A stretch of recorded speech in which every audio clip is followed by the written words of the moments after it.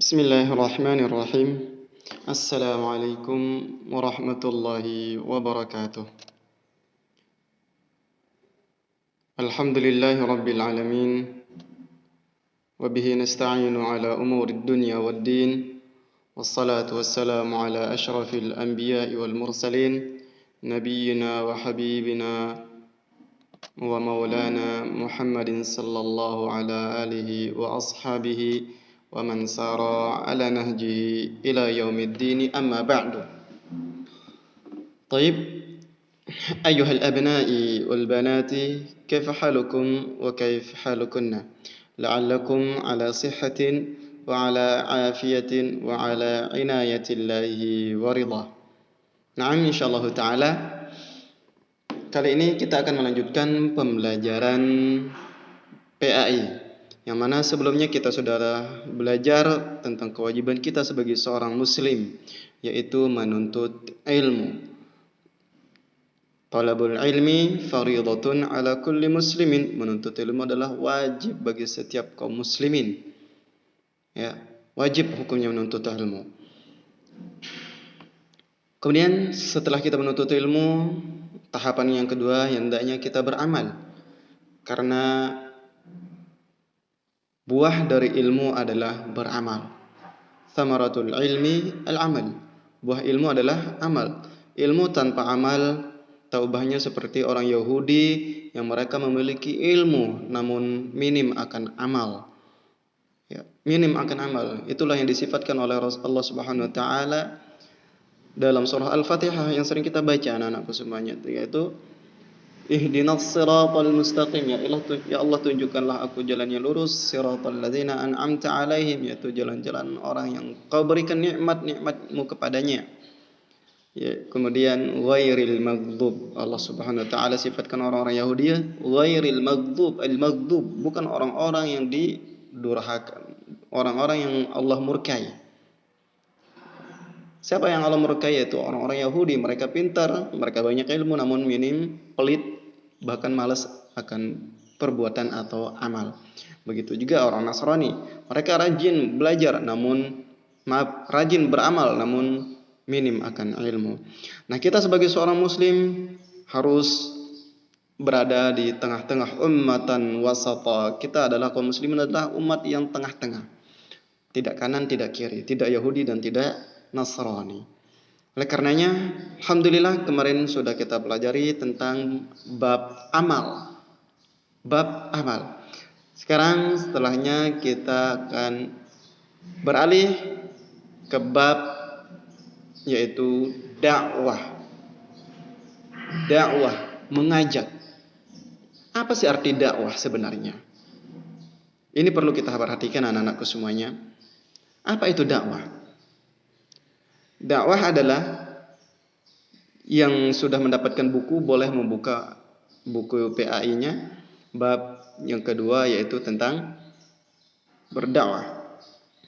Dakwah adalah mengajak manusia kepada Islam dan meninggalkan agama selainnya. Meninggalkan agama selain Islam, karena agama selain Islam adalah agama yang batil. Walaupun Yahudi dan Nasara adalah agama yang dulunya pernah diturunkan oleh Allah Subhanahu wa taala dan diutuskan para nabi kepadanya.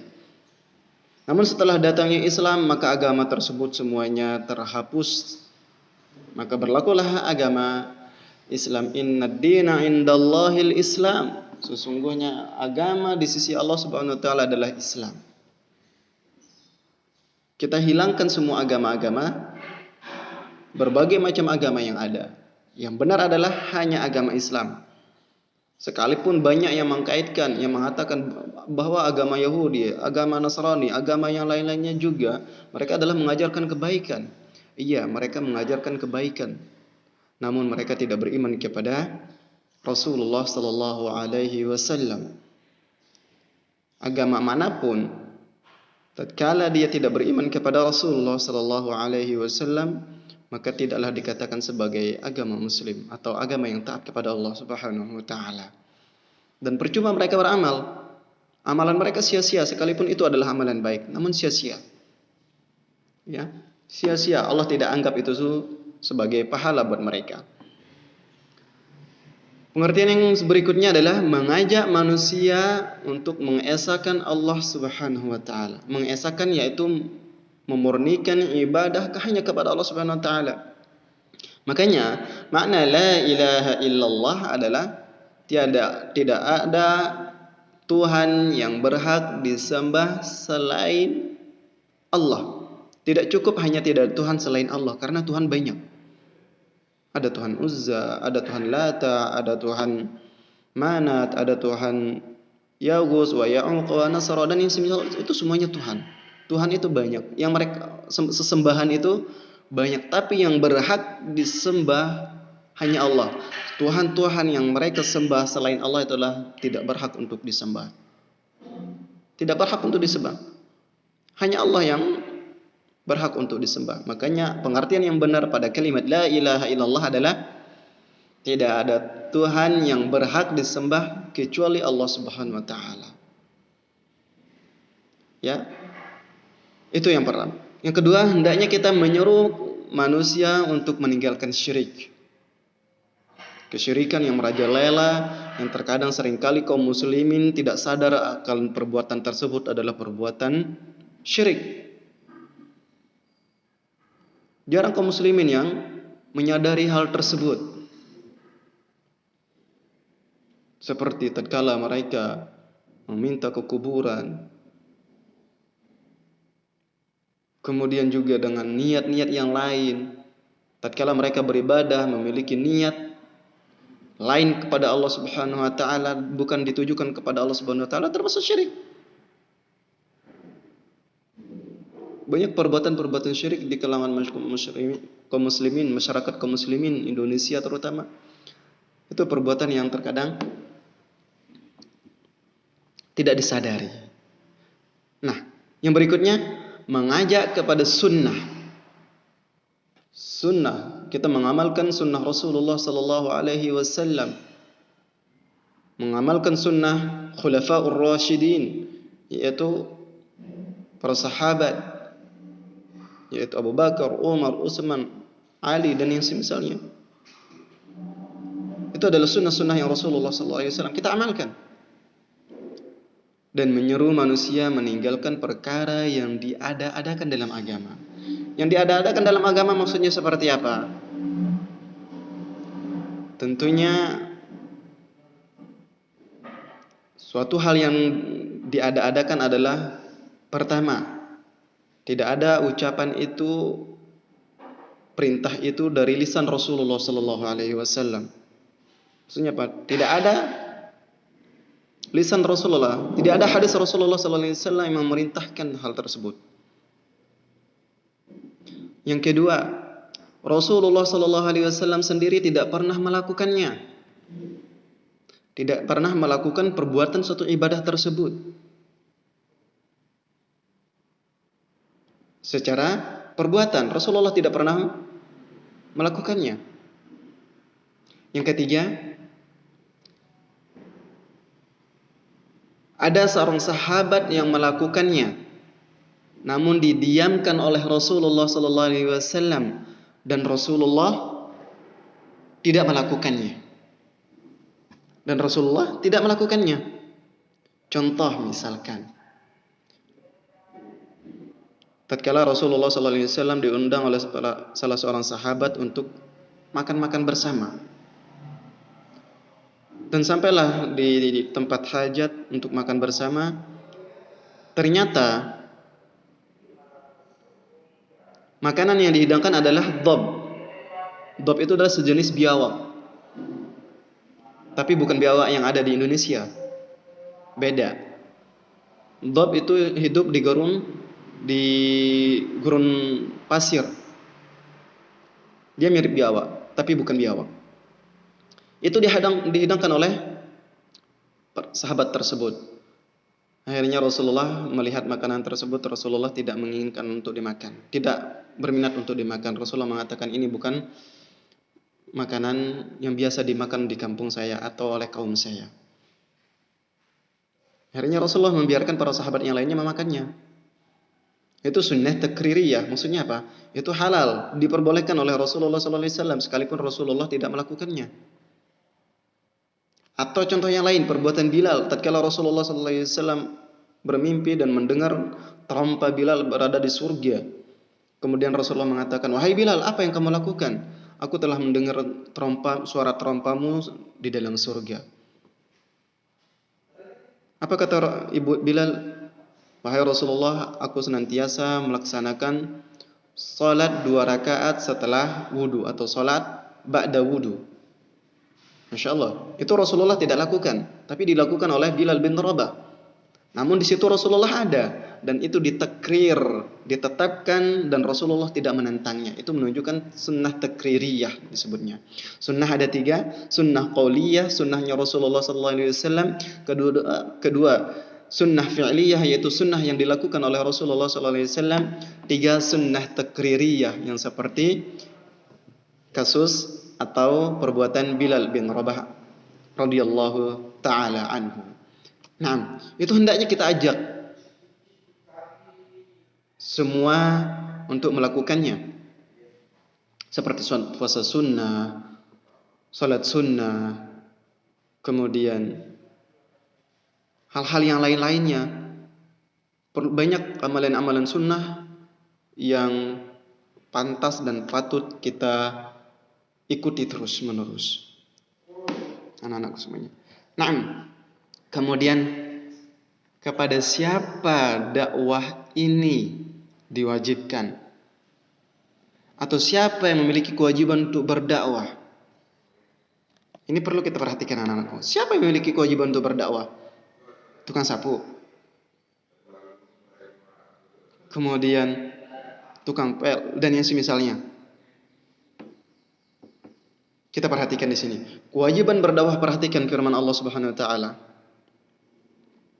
وَمَنْ أَحْسَنُ قَوْلًا مِّمَّنْ دَعَا إِلَى اللَّهِ وَعَمِلَ صَالِحًا وَقَالَ إِنَّنِي مِنَ الْمُسْلِمِينَ.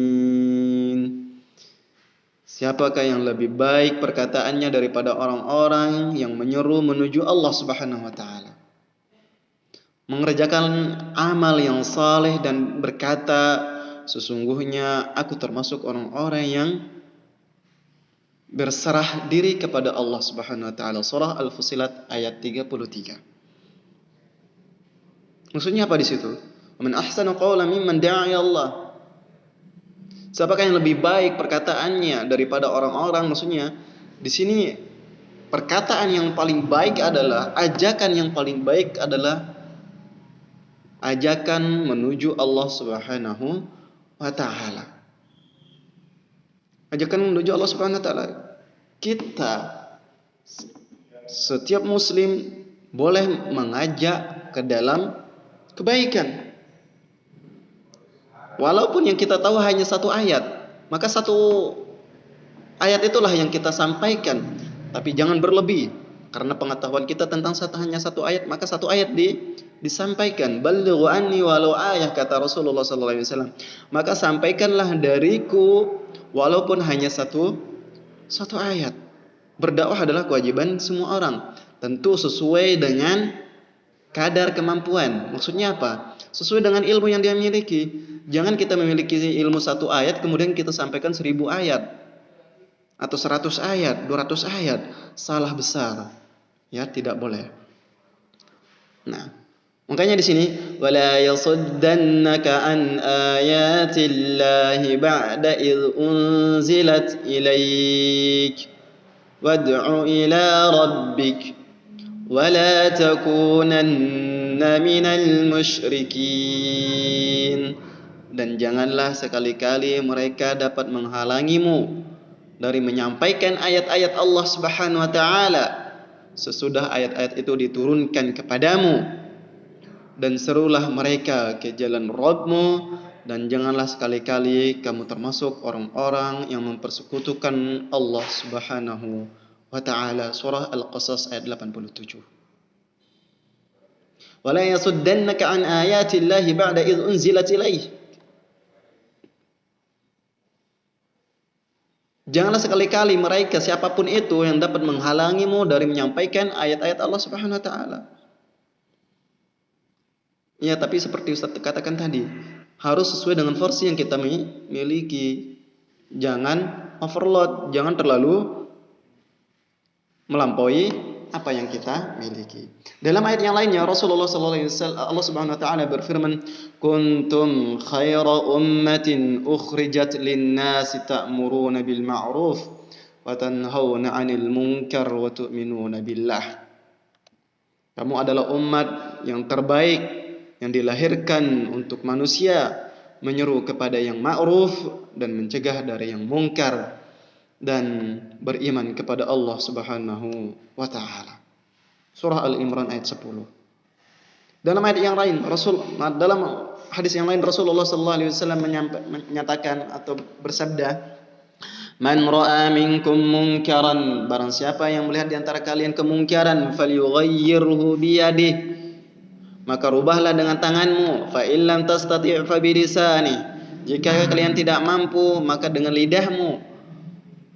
Fa illam yastati' fa biqalbihi, jika tidak mampu juga maka dengan hatimu. Dzalika adhaful iman. Dzalika adhaful iman. Maka itulah selemah-lemahnya iman. Di sini menunjukkan kita harus memiliki dakwah. Kita ada mental berdakwah sesuai dengan ilmu yang kita miliki. Siapa yang memiliki kewajiban? Lihat firman berikutnya, kewajiban untuk berdakwah. Wal takun minkum ummatun yad'una ilal khair wa ya'muruna bil ma'ruf wa yanhauna 'anil munkar wa ulaika humul muflihun. Hendaklah ada dari kamu satu umat yang menyuruh kepada kebajikan, menyuruh kepada yang ma'ruf dan mencegah dari yang mungkar. Mereka adalah orang-orang yang beruntung. Quran surah Al-Imran ayat 104. Kewajiban berdakwah ada dua. Wajib bagi semua orang, yaitu amar ma'ruf nahi mungkar. Setiap ada kemungkaran maka segera kita cegah. Biyadika, kata Rasulullah SAW, dengan tanganmu. Fa illam tastati' fa bilisanik, jika tidak mampu dengan tangan maka dengan lisan. Fa illam tastati', jika tidak mampu juga dengan lisan, fa biqalbik, maka dengan hati. Setidaknya kalau kita tidak bisa menegur mereka dengan tangan atau dengan lisan, maka dengan hati kita. Jangan dukung perbuatan dia, jangan senang dengan perbuatan dia, jangan logo aja dengan perbuatan maksiatan dia. Maka hendaknya kita ingkari dengan hati kita. Dzalika adhaful iman, itulah selemah-lemahnya iman. Ya Allah, lemah iman kita. Tatkala kita hanya bisa benci dari hati saja tanpa dapat menyampaikannya dengan lisan atau tangan, maka itu adalah selemah-lemahnya iman kita, anak-anakku semuanya. Oleh karenanya, perhatikan semua itu agar nantinya tetap kita menjadi orang mengamalkan perintah Allah Subhanahu wa taala untuk berdakwah, dan juga sabda Rasulullah sallallahu alaihi wasallam untuk senantiasa mencegah kemungkaran. Kemudian wajib bagi sebagian orang yang menjadi ustadz dan ulama. Nah, seperti anak katakan tadi, sesuai dengan kemampuan kita. Kalau kita ketahui bahwa merokok adalah membahayakan, bahkan itu akan membunuhmu sebagaimana yang tertulis dalam sampul rokok. Kemudian Allah Subhanahu wa taala mengatakan, wala taqtulu anfusakum, janganlah kalian membunuh diri kalian sendiri, membinasakan diri kalian sendiri. Wala tulqu anfusakum ila tahlukah, janganlah kalian seret diri kalian sendiri ke dalam kehancuran. Ini adalah semuanya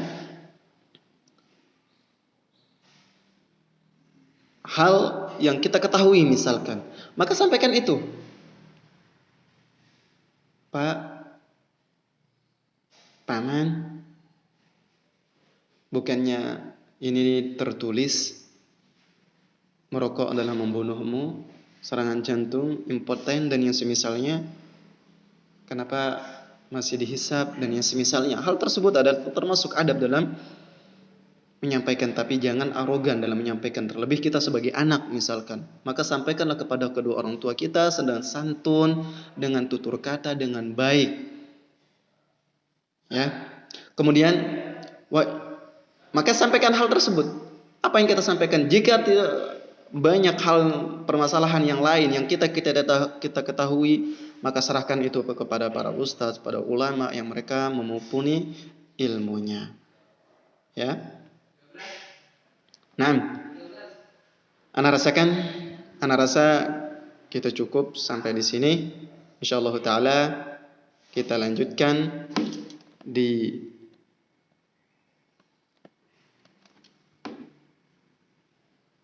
pertemuan berikutnya insyaallah taala.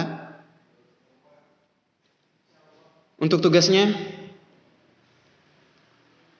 kalian harus mencatat poin penting yang kita sampaikan pada pembelajaran kali ini. Ya. Setelah itu nanti dikirim, dipoto dan dikirimkan ke ustadz masing-masing. Ana cukupkan sampai di sini dengan doa kafaratul majlis. Subhanakallahumma wa bihamdik, asyhadu an la ilaha illa anta, astaghfiruka wa atubu ilaik. Wassalamualaikum warahmatullahi wabarakatuh.